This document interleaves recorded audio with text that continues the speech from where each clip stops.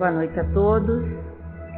Vamos fechar suavemente os nossos olhos, serenar nosso coração e a nossa mente, em busca do silêncio interior e em busca de uma sintonia com o plano espiritual. Pai nosso, que estais no céu e em todos os cantos do universo, Pai de todos os aflitos e perdidos, neste mundo repleto de dificuldades, seja a vossa luz que nos ampara no caminho do bem, seja a vossa luz o guia que nos conduzirá para os dias de paz. Pedimos a indispensável ajuda da equipe espiritual da nossa Casa Paulo de Tarso, para que os benfeitores permaneçam entre nós, assistindo-nos do início ao fim deste encontro, orientando-nos para a melhor interpretação e compreensão dos ensinamentos do Mestre Jesus. Que os mentores espirituais inspirem nosso palestrante Júlio e que ele seja orientado e envolvido em boas vibrações e que as lições que nos serão apresentadas se transformem em ação decisiva para o nosso aprimoramento. Gratos pela oportunidade de aprendizado e crescimento, abençoa, Senhor, cada um de nós aqui presentes, encarnados e desencarnados.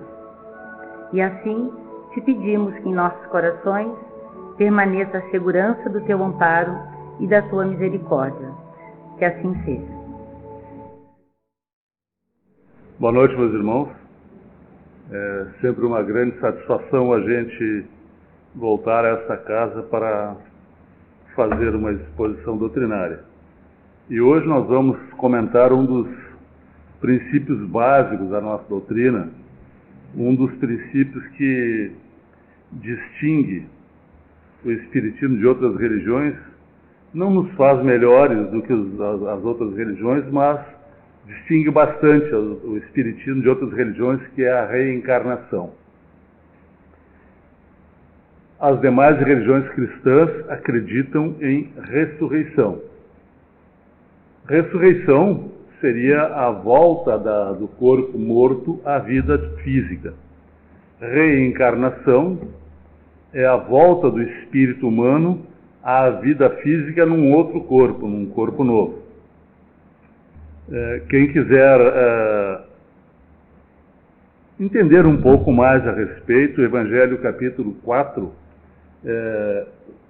o título é Ninguém poderá ver o reino de Deus se não nascer de novo.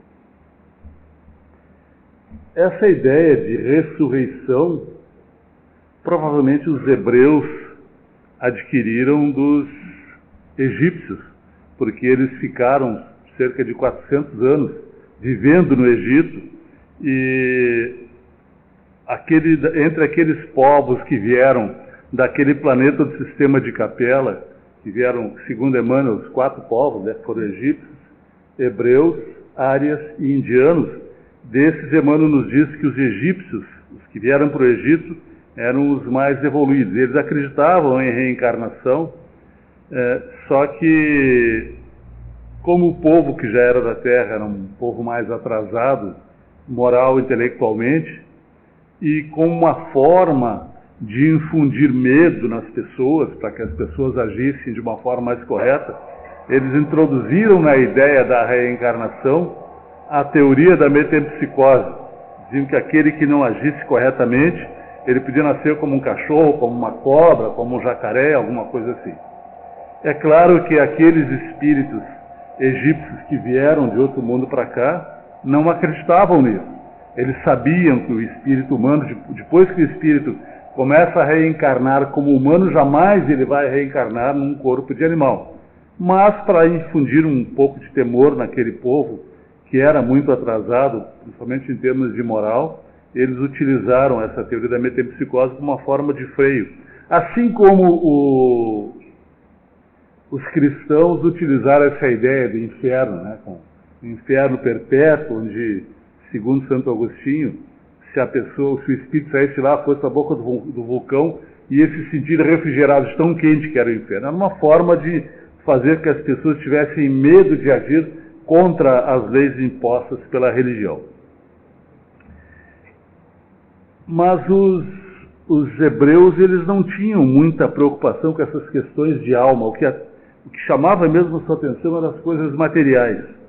Tanto que os castigos àqueles que não seguissem a religião eram sempre castigos com relação à vida material. Era uma vida mais curta, pobreza, doenças, derrota para os inimigos.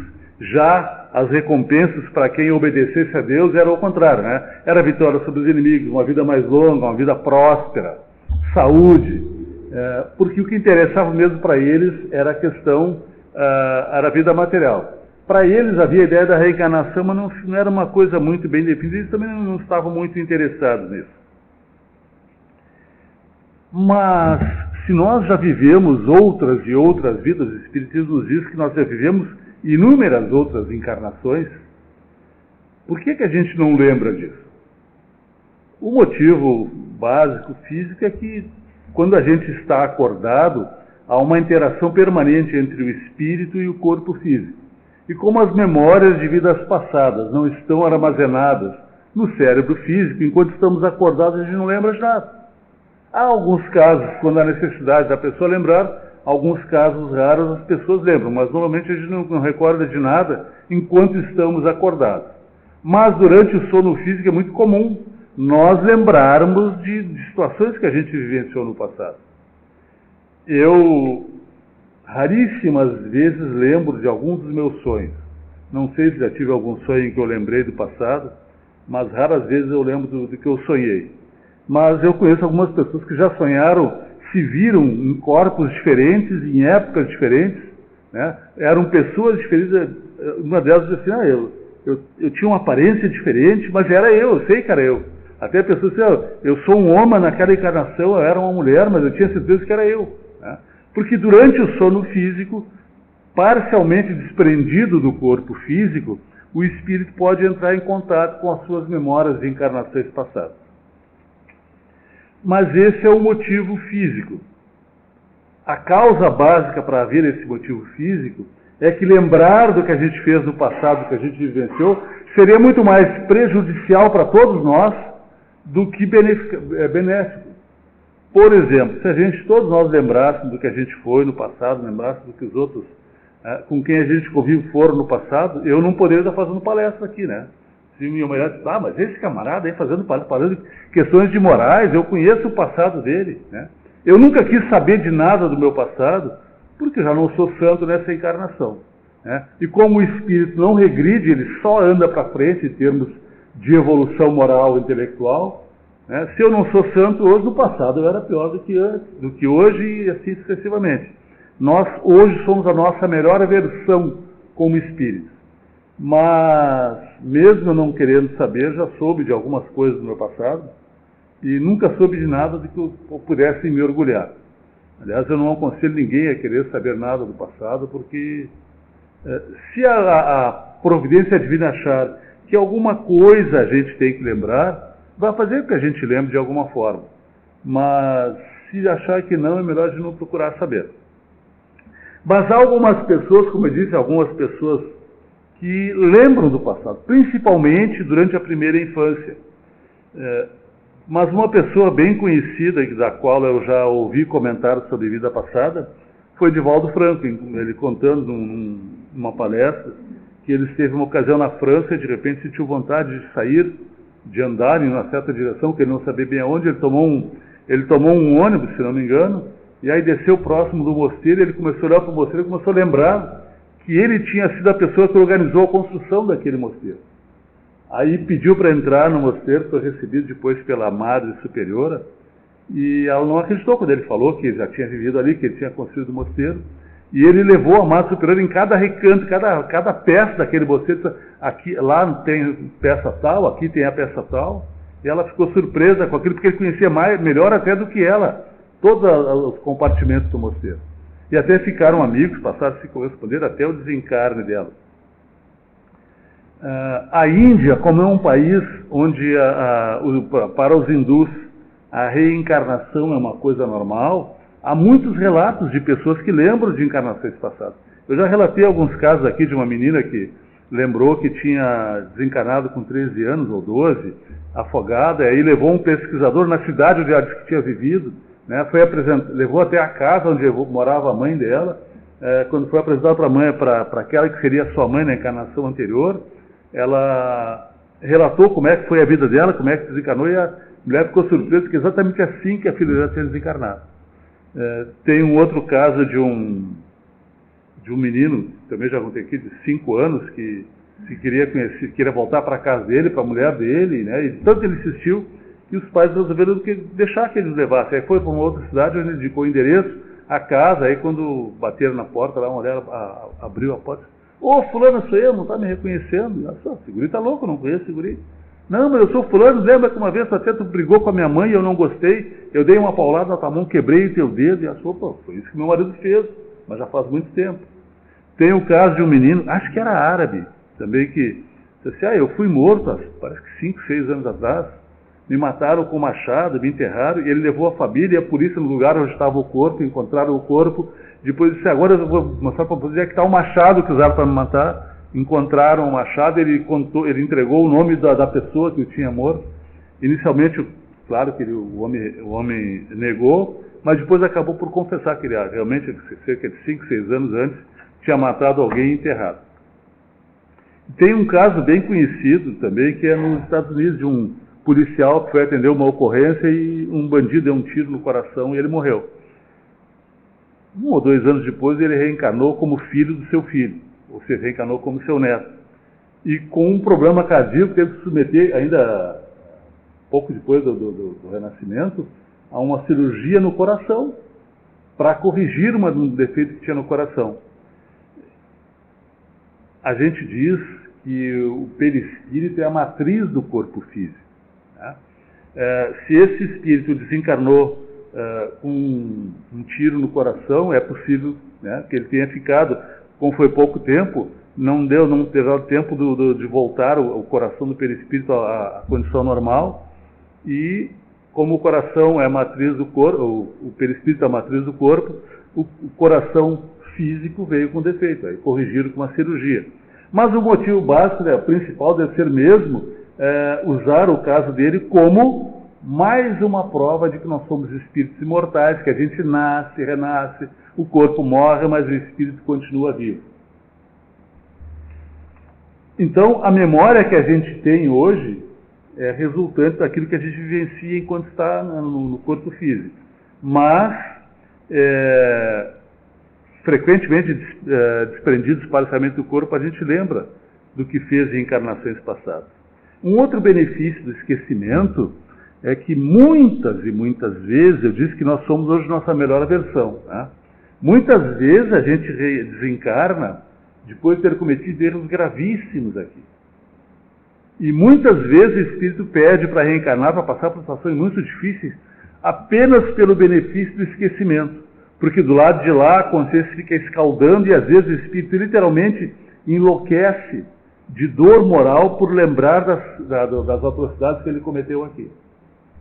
Então, esse esquecimento do que a gente cometeu de erros é mais um benefício que o Criador nos concede, né, com esse esquecimento do passado.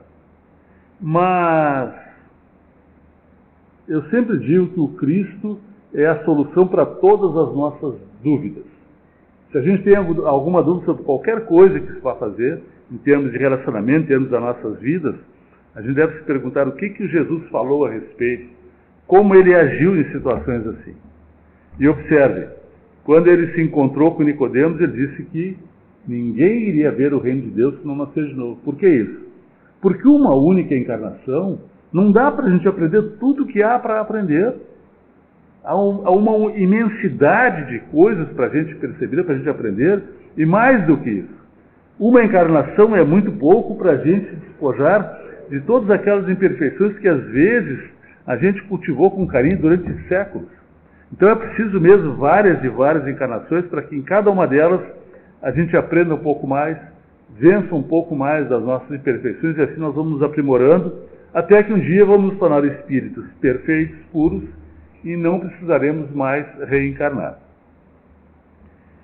No Evangelho de Mateus, ele fala sobre aquela passagem do Cristo com João e com Pedro no Monte Tabor, em que o Cristo se transfigurou, ficou cheio de luz, e apareceram Moisés e Elias entre eles.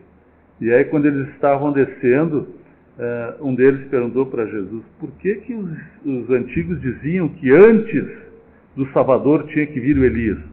E aí o Cristo respondeu, mas o Elias já veio, os homens não reconheceram e fizeram com eles o que deu vontade de fazer.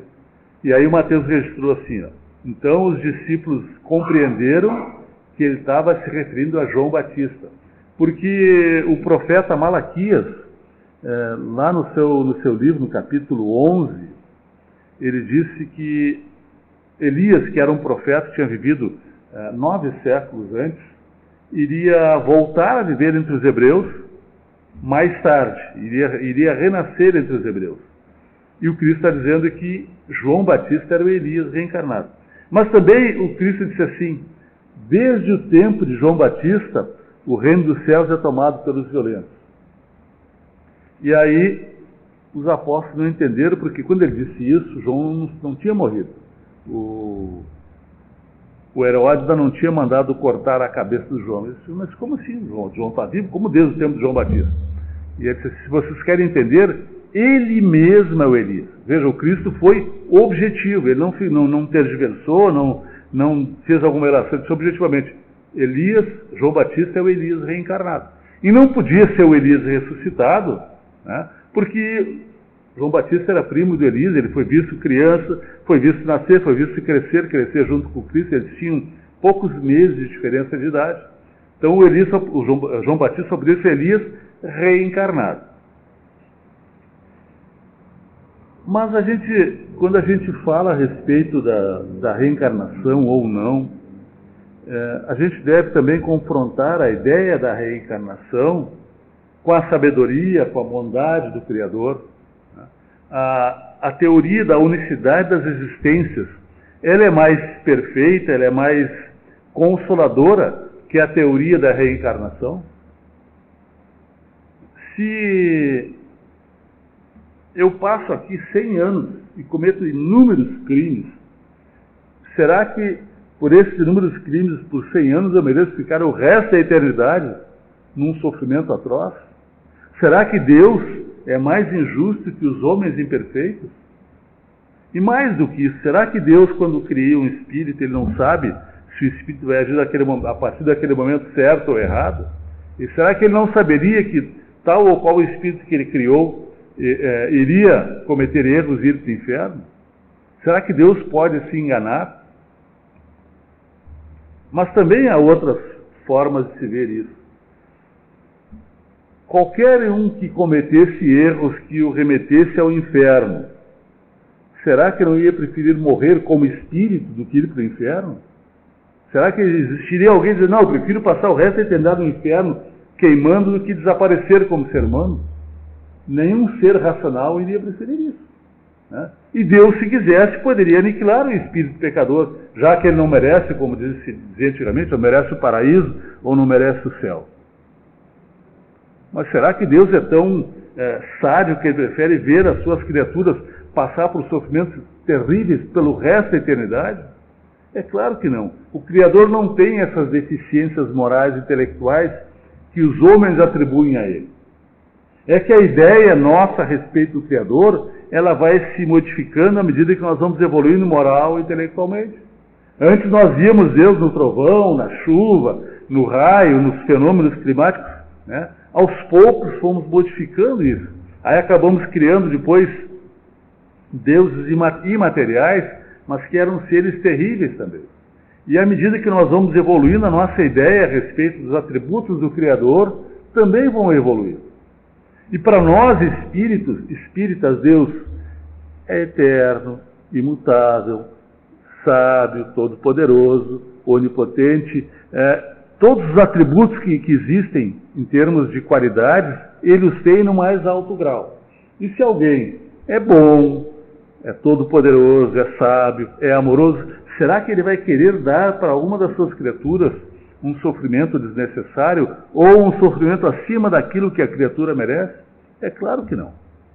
Por isso é importante nós procurarmos estudar a nossa doutrina, procurar conhecê-la o mais profundamente possível. Porque vejam, essa ideia, esse estudo acerca da reencarnação, ele não nos dá só uma compreensão a respeito de como as coisas acontecem, mas também ele nos faz muito mais fortes para a gente enfrentar todas aquelas adversidades que fazem parte da vida de encarnados. Aquele que conhece a nossa doutrina, que se aprofunda no conhecimento, ele não crê, ele não tem esperança apenas. Ele sabe, ele tem certeza das coisas. Ele não se perturba diante da própria morte ou da morte de um ente querido. Ele não se desespera quando acontece alguma coisa para a qual ele não vê solução aparente. Porque ele sabe que é um espírito imortal. Mesmo aquele espírito que hoje comete crimes terríveis, um dia ele vai receber de Deus tantas oportunidades de aperfeiçoamento, de correção dos seus erros, e mais do que oportunidade. Além da oportunidade de corrigir os erros, Deus nos dá as condições também. A última vez que eu fiz palestra aqui, eu comentei sobre isso, exemplificando com a forma como as crianças nascem no nosso mundo, né? Se os filhos nascessem adultos, como é que os pais iriam controlá-los? Como é que iriam combater as más tendências? Talvez o filho adulto fosse maior e mais forte que o pai e que a mãe. Como é que eles iriam controlar as más tendências? Além disso, se o filho nascendo pequeno, com um corpo frágil, mas com a mentalidade de um adulto, ele poderia querer dar vazão às suas imperfeições, aos vícios. E aí imagina, o espírito nasceu, ele desencarnou no passado com vício ao álcool. Ele é pequenininho agora, mas ele tem toda a sua inteligência aflorada e ele quer usar o álcool. Ele vai matar o corpo dele. Então, o Criador não dá só a oportunidade da gente corrigir os erros, da gente fazer o bem, porque frequentemente esse espírito que a gente recebe na nossa família como filho é alguém que no passado, frequentemente, a gente desencaminhou das leis de Deus. Então, ele dá para nós a oportunidade de encaminhar esse filho no caminho do bem. Mas não só a oportunidade, também as condições. E vejam, além do filho nascer pequeno, como diz lá no Evangelho, com aquela aparência frágil para que os pais tenham paciência com ele.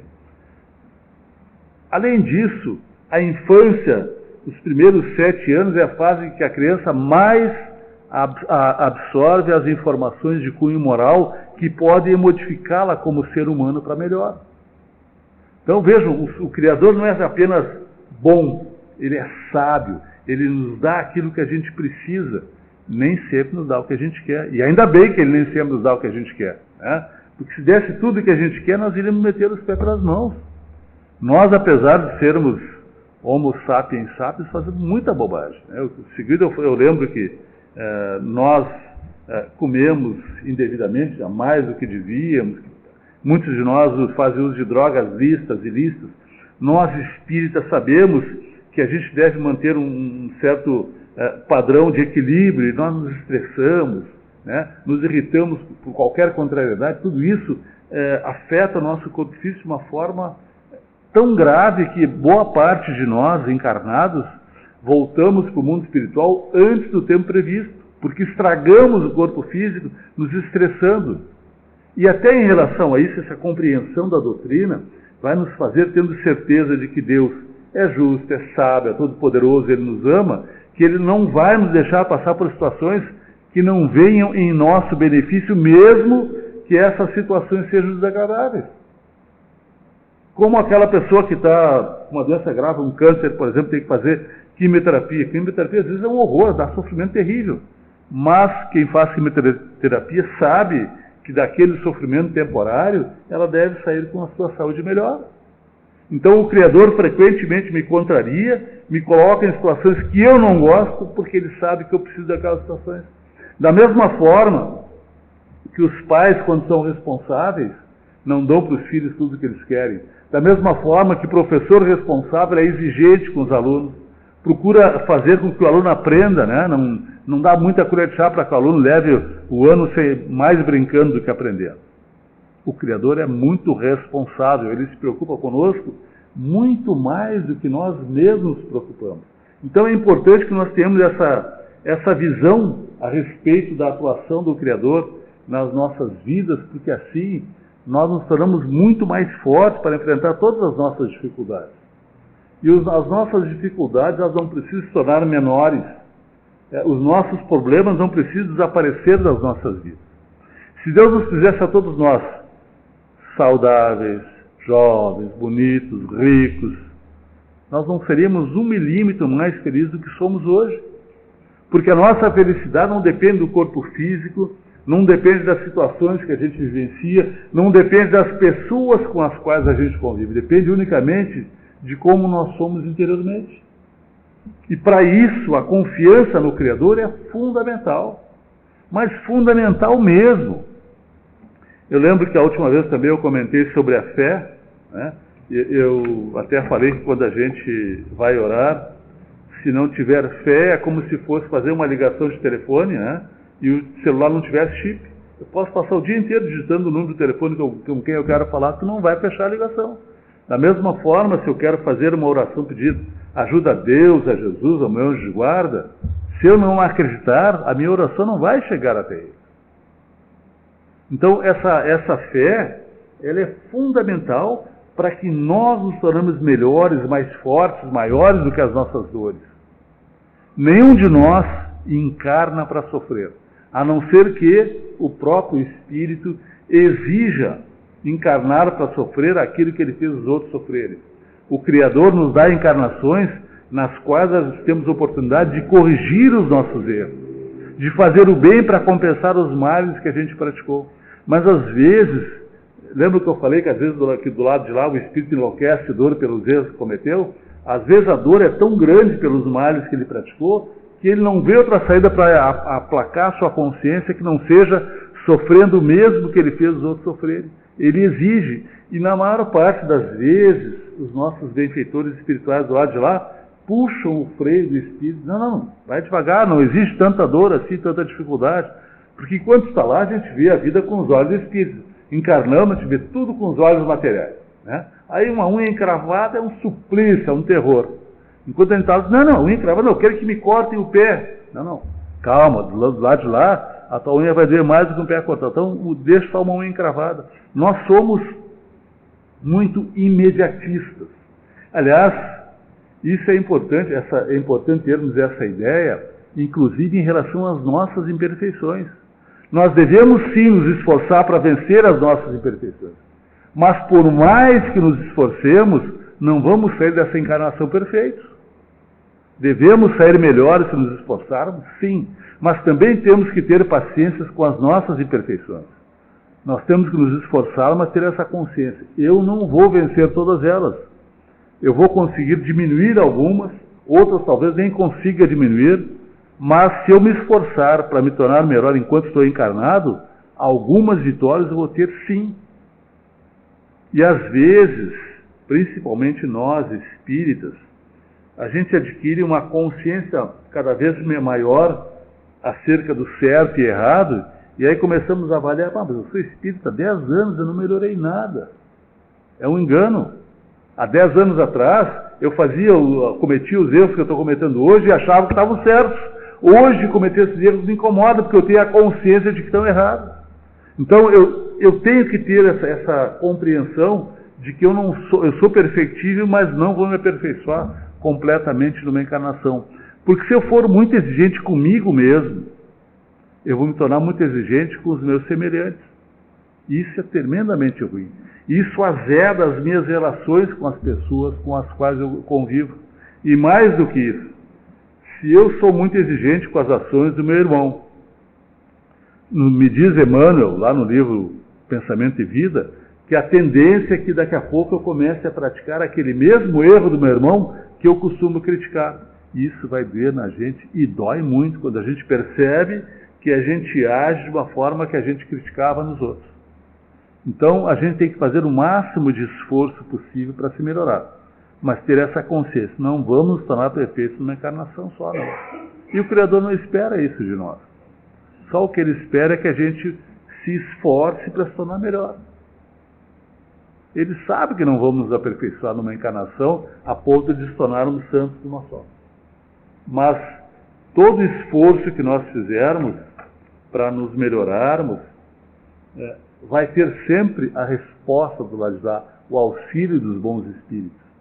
Para todas as nossas dificuldades, a gente deve sempre usar o recurso da prece, porque eles estão sempre dispostos a nos ajudar. Nem sempre conseguem, porque boa parte das vezes, em momentos de dificuldade, a gente fica desarvorado e o nosso padrão vibratório não fecha com o padrão vibratório dos bons espíritos. Às vezes estão do nosso lado querendo ou nos dizendo coisas, tem paciência, ou faz isso ou aquilo para solucionar o problema, mas a gente está desarvorado e eles não conseguem ouvir os conselhos deles.